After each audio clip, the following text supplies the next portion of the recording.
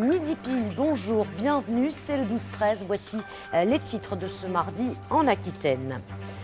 Et d'abord, ce nouveau squat évacué, 12 familles de Roms ont été expulsées ce matin à Bègles près de Bordeaux. Au total, une soixantaine de personnes, les associations étaient sur place, reportage dans un instant.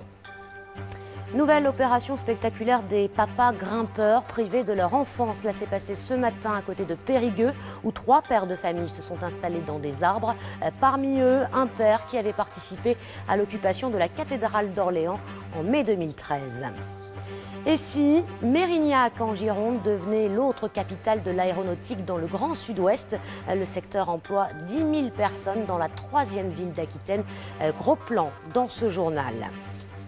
Enfin, nous irons à la rencontre des bisons du Périgord. Ils sont de plus en plus nombreux. Nous vous dirons pourquoi dans un instant. Reportage à Mialet.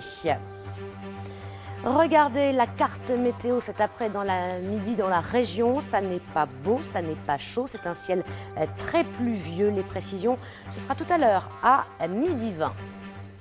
Tout de suite, comme chaque jour, c'est bien sûr le kiosque. America Lopez nous a rejoint. Bonjour America. Bonjour Sandrine. Et on commence avec la une de Sud-Ouest. À la une, donc, une étude sur la sécurité routière qui montre que les comportements à risque ont évolué en 10 ans. Oui, et la conclusion de cette étude, c'est moins d'alcool et de vitesse, mais plus de téléphones au volant. 34% des Français téléphoneraient en voiture, ce qui multiplie le risque d'accident par 3. Dans le Sud-Ouest, les conducteurs sont dans la moyenne en ce qui concerne les comportements à risque, mais ils sont plus nombreux à utiliser les kits main libre lorsqu'ils téléphonent. On parle dans toute la presse de cette histoire ce matin dans le Nord-Béarn où un garçon de 14 ans a volé un tracteur pour rejoindre sa copine. Il a percuté les gendarmes. C'est l'histoire insolite du jour, reprise par de nombreux médias nationaux et régionaux, dont la République des Pyrénées. Celle de cet adolescent qui, par amour, fugue de chez lui, puis s'empare d'un tracteur agricole pour rejoindre sa dulcinée. Repéré par les gendarmes, voilà qu'une course-poursuite s'engage sur 17 km avant de finir dans un fossé, car le jeune fuyard a fini par perdre le contrôle de sa machine qui roulait sur les jantes. Les gendarmes l'ont présenté au juge des enfants qui l'a placé sous contrôle judiciaire. Ça ne s'invente pas. On en parlera tout à l'heure de l'aéronautique. Mais on regarde la revue Air et Cosmos qui sort un spécial Sud-Ouest. Oui, car le Grand Sud-Ouest est cette région qui pèse lourd dans l'industrie aérospatiale française et européenne. À découvrir les PME innovantes, les carnets de commandes et les perspectives de la filière autour de l'axe majeur Bordeaux-Toulouse. En Aquitaine, il y a notamment Turboméca et Dassault. En Midi-Pyrénées, Airbus. Depuis 10 ans, les deux régions sont unies pour créer un pôle mondial de compétitivité dont l'un des symboles les plus visibles, c'est l'Airbus A380. L'Express propose un dossier cette semaine sur les projets les plus fous auxquels Bordeaux a échappé. Oui, et parmi ces projets fous, il y a un aérogare Zeppelin à la place du stade Chaban-Delmas ou bien des trottoirs aériens en plein centre-ville. Bordeaux a toujours inspiré les utopies des architectes et des urbanistes déjà au XVIIIe siècle. L'Express publie une série de projets anciens et récents, des quais de certains quartiers bordelais, tous très ambitieux et certains un peu bizarres, il faut le dire. Allez, on termine avec le nouveau maillot à domicile des Girondins de Bordeaux. Ils le porteront pour la saison prochaine. Oui, c'est un petit aperçu car en fait la présentation officielle c'est pour le 6 mai. Ce maillot domicile donc des footballeurs bordelais sera orné d'une feuille de vigne, un clin d'œil au monde du vin. Les joueurs le porteront comme vous le disiez lors du match contre l'OM, ça sera le 10 mai. Merci America et à demain pour un autre regard sur la presse du matin. La police est donc intervenue ce matin pour évacuer un squat de Roms à Bègles près de Bordeaux. Au total, près de 60 personnes. Des bénévoles de Médecins du Monde et du réseau Éducation sans frontières se sont déplacés pour soutenir les familles. Sur place, Gilles Bernard, Michel Vouzelot. Il est environ 7 heures ce matin lorsque plusieurs dizaines de policiers interviennent pour sommer les occupants d'abandonner les lieux.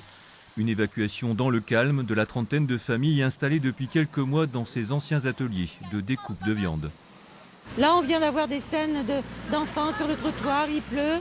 À l'Esbat, on a eu par moins 4 degrés des nourrissons qui sont partis. Il n'y a pas que ça, je sais bien, mais on ne doit pas le voir, ça. C'est à la demande de l'actuel propriétaire, un bailleur social, que cette mesure d'expulsion a été mise à exécution. Une de plus sur l'agglomération bordelaise. La plupart de ces familles étant arrivées là à la suite de précédentes évacuations de squats l'été dernier, à Florac notamment. Et si certains Roms, entre-temps, ont tout de même pu bénéficier de mesures d'intégration, il reste encore beaucoup à faire. Avec les nouvelles dispositions de janvier 2014, qui les rend citoyens européens à part entière, on s'est heurté au problème de domiciliation. C'est-à-dire que les mairies n'ont pas voulu domicilier parce que bien sûr c'était la clé. Les gens ne peuvent pas s'inscrire à Pôle emploi. Les gens n'ont plus accès à l'aide médicale ou enfin dans des conditions normales. Voilà, donc on est bloqué par ça. En attendant, la préfecture dit s'être engagée à proposer pour les jours à venir un logement provisoire à chacune des familles évacuées. Les greffiers haussent le ton. Le mouvement Parti d'Agen, il y a 2 mois, a franchi un palier aujourd'hui avec la première grève d'ampleur nationale depuis près de 14 ans. À l'appel des 4 principaux syndicats de la profession, ils réclament la revalorisation de leur statut et de leur rémunération. Une manifestation régionale a réuni il y a moins d'1 heure à Bordeaux une centaine de personnes venues de Libourne, d'Agen, de Bergerac ou bien encore d'Arcachon. On en vient à cette nouvelle action menée par des pères privés de leurs enfants. 3 papas grimpeurs se sont installés tôt ce matin dans des arbres à Notre-Dame de Sanillac, près de Périgueux. Parmi eux, un père qui avait participé à l'occupation de la cathédrale d'Orléans en mai 2013. Bruno Ardouin, Fabrice Bidot. Un acrobranche un peu particulier aux abords de Périgueux. 3 personnages, un magistrat fou, Spiderman et un policier corrompu. En réalité, 3 pères qui manifestent depuis 2 heures ce matin le droit de voir leurs enfants. J'ai mes 2 enfants, ça fait 4 ans que je les ai jamais revus, du tout. Je ne sais pas où il habite, je n'ai aucun numéro de téléphone pour le joindre. Je ne savais pas dans quelle école il était jusqu'à il y a 15 jours à peu près. Parents séparés, soustraction d'enfants, requêtes qui n'aboutissent pas, des histoires de vie, du désespoir et des reproches faits à la justice. Souvent, il y a une exagération féminine qu'il faut reconnaître en justice, où il y a du favoritisme préférentiel sur les mamans. Quand un père est bafoué et qu'il y a des preuves, il faut aller de l'avant. Il faut entendre la voix, que ce soit un père ou une mère, il faut entendre cette voix-là. Et c'est pas parce qu'un enfant a moins de 3 ans qu'un père ne peut pas s'en occuper. 3 papas qui ont déjà fait parler d'eux, des pères grimpeurs comme Stéphane qui s'est perché en mai 2013 sur la cathédrale d'Orléans, en juin sur un pylône de la gare de Périgueux. On aime nos enfants autant que les mamans et on demande un droit de regard et d'écoute, voire même d'aide, parce qu'on ne nous propose pas d'aide à nous. On ne nous demande pas, mais pourquoi vous faites ceci de la part des magistrats? Et on ne nous demande pas non plus, voilà, on va finalement regarder vos preuves, on va parler avec vous et peut-être qu'on arrangera les choses. Les 3 pères en colère ont reçu le soutien de plusieurs automobilistes de passage. Ils devraient lever le camp en fin de journée. La terre a tremblé dans les Pyrénées. 2 séismes de magnitude de 4,7 puis 3,4 ont été observés ce matin. L'épicentre était situé dans le secteur de Lourdes et la secousse a été ressentie en Bigorre et en Béarn. Voilà une enquête qui fait déjà couler beaucoup d'encre. Pour la première fois en France, une association a fait expertiser des mèches de cheveux d'enfants vivant près des champs et des vignes. C'était entre autres le cas dans le Médoc et le résultat est édifiant. C'est un véritable cocktail de produits chimiques d'une vingtaine de substances différentes qui a été retrouvé sur chaque écolier. Écoutez le président François Veillerette, le président de l'association environnementale Génération Future. Il y a plusieurs choses qui sont surprenantes. Déjà, le cocktail, le nombre de produits, plus de 20 par enfant. Et puis, pour certains enfants, les quantités. On a trouvé des produits également qu'on ne pensait pas trouver en quantité importante, comme le fipronil qui est utilisé dans des colliers ou des lotions antipuces sur les chiens et les chats. Donc on comprend que là, c'est par le contact avec les animaux domestiques que ces enfants ont été contaminés. On a trouvé aussi des insecticides ménagers, vous savez, les bombes ou les diffuseurs anti-moustiques. Et dans les familles où ils sont utilisés, on en retrouve en grande quantité dans l'organisme des enfants. Et puis aussi des produits d'origine agricole, dont certains interdits depuis des années. On était surpris de les retrouver là également. Un reportage à suivre ce soir à 19h. Les recherches se poursuivent après la disparition de 2 plaisanciers partis naviguer sur l'estuaire de la Gironde dans des conditions difficiles. Elles ont repris ce matin avec un sonar et le renfort de la brigade nautique des gendarmes d'Arcachon. Le corps retrouvé hier est vraisemblablement celui de l'un des 2 marins, mais la seconde personne et le voilier restent pour l'instant introuvables. Économie maintenant avec le secteur de l'aéronautique qui est en plein essor en Aquitaine et notamment à Mérignac près de Bordeaux. La filière ne compte pas moins de 10 000 emplois dans la 3e ville de la région. Serge Guigné, Didier Bonnet. Le premier avion électrique français roulant sur les pistes de Mérignac avant de prendre son envol, tout un symbole pour une commune où 1/5 des emplois, 10 187 très précisément, sont concentrés dans la filière aéronautique. Civil, militaire, construction ou maintenance, tous les secteurs d'activité sont représentés à l'image de Savena Technics, dont une partie des personnels travaille actuellement sur le géant des airs, l'Airbus A380. La maintenance dans un avion, c'est l'essentiel du prix sur la durée de vie d'un avion. Si on a ce savoir-faire dans la maintenance, à une époque où les budgets sont de plus en plus contraints, la maintenance et tout ce qui tourne autour de la maintenance est un potentiel énorme en termes d'emploi et doit être développé. Ça n'est pas par hasard d'ailleurs que ça se développe aujourd'hui. Au-delà du constat et des données chiffrées concernant la filière aéronautique à Mérignac, la ville souhaite mettre l'accent sur le développement économique du secteur. Si Toulouse est la tête de pont en matière de fabrication, Mérignac a une autre carte à jouer et les premiers signaux sont visibles. Airbus a mis un pied à Mérignac en annonçant la construction de l'usine qui assemblera l'IFAN. Et nous avons d'autres pour 2018 et nous avons d'autres constructeurs, je pense à ATR qui est à la recherche, qui souhaite lancer un nouvel avion. Et évidemment, nous sommes prêts à accueillir ATR pour peut-être assembler ce nouvel avion sur Mérignac. Autant de pistes de travail pour faire de Mérignac l'autre poids lourd de l'aéronautique dans le Grand Sud-Ouest. Et cela nous amène à notre chronique de ce mardi. Bonjour Roland Grière. On va parler d'un nouvel outil accessible sur le site internet de Pôle emploi. C'est la météo de l'emploi. De quoi s'agit-il exactement? Alors, la météo de l'emploi, c'est un bulletin météo un peu particulier qui décrit les prévisions sur le marché du travail régional, quelles sont les forces et les faiblesses de ce marché. Et bien évidemment, il intéresse au plus haut point les demandeurs d'emploi qui se posent des questions et les réponses se trouvent sur ce site.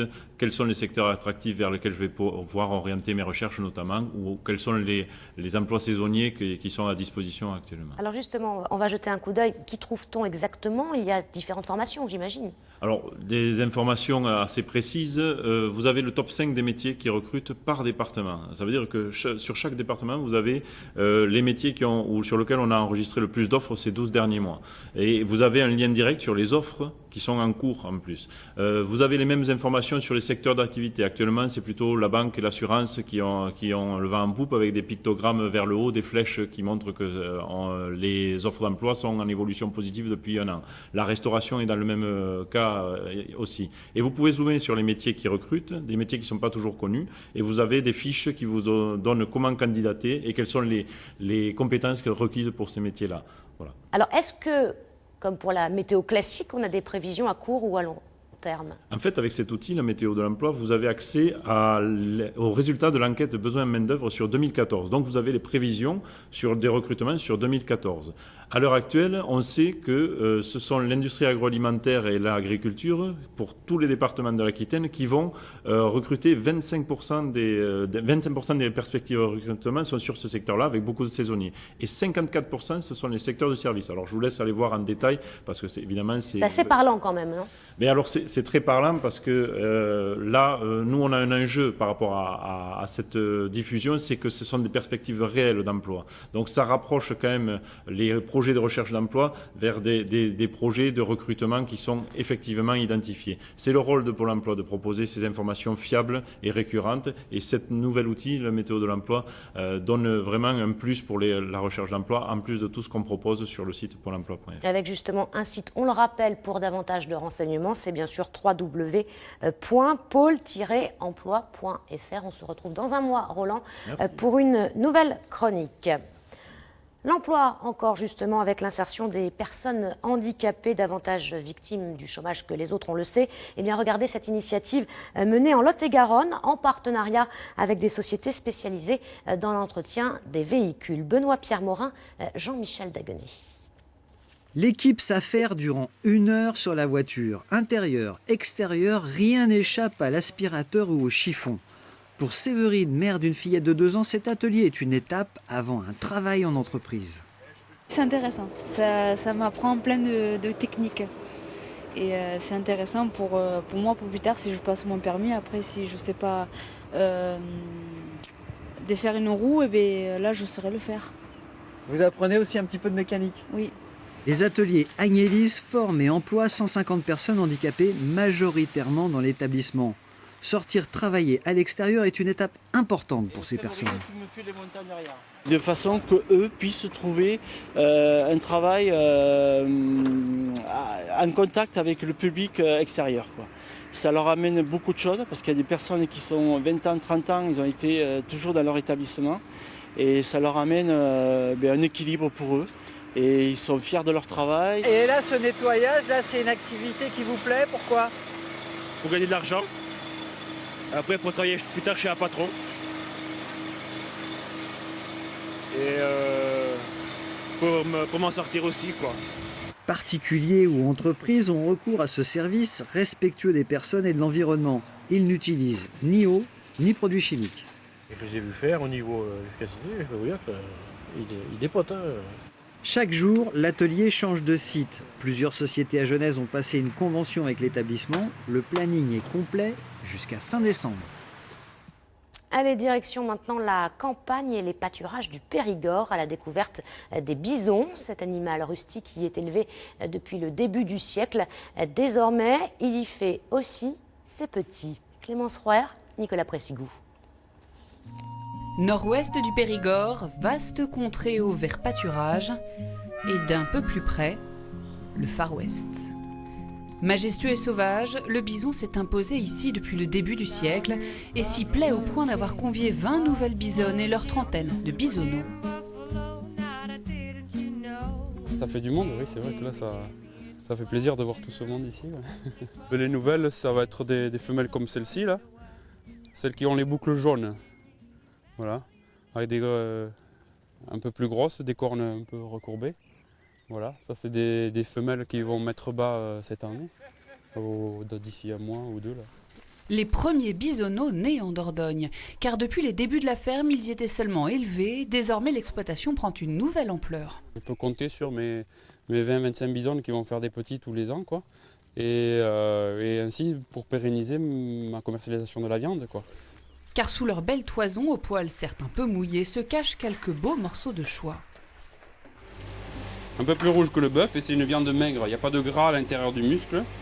Et sinon on a les mêmes familles de morceaux, de la bavette, des entrecôtes, du faux filet, des rôtis, des steaks, du bourguignon, du jarret. Et dans cet animal, rien ne se perd, tout se transforme. Des colliers ont fait du pâté, des têtes, des trophées. Dans 3 ans, toute cette production devrait avoir quasi doublé. Et c'est ainsi que les petits garçons rêveurs deviennent de vrais cow-boys.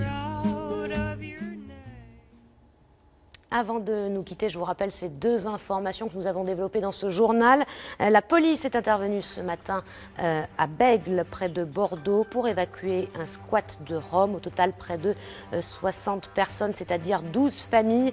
Les forces de l'ordre étaient sur place. Des bénévoles des associations se sont déplacés pour soutenir ces familles. Et puis cette nouvelle opération spectaculaire menée par des pères privés de leur enfant. 3 papas grimpeurs se sont installés tôt ce matin dans des arbres à Notre-Dame de Sanilhac près de Périgueux. Et parmi eux, un père qui avait participé à l'occupation de la cathédrale d'Orléans. C'était en mai 2013. Voilà pour l'information de la mi-journée. Le 12-13 continue bien sûr avec la météo pluvieuse de Marianne Cossade, puis l'édition nationale. À 19h, vous retrouverez Vincent Dubroca. Quant à nous, on se dit à demain, midi pile. Merci. Retrouvez toute votre actualité régionale sur l'application France 3 Régions.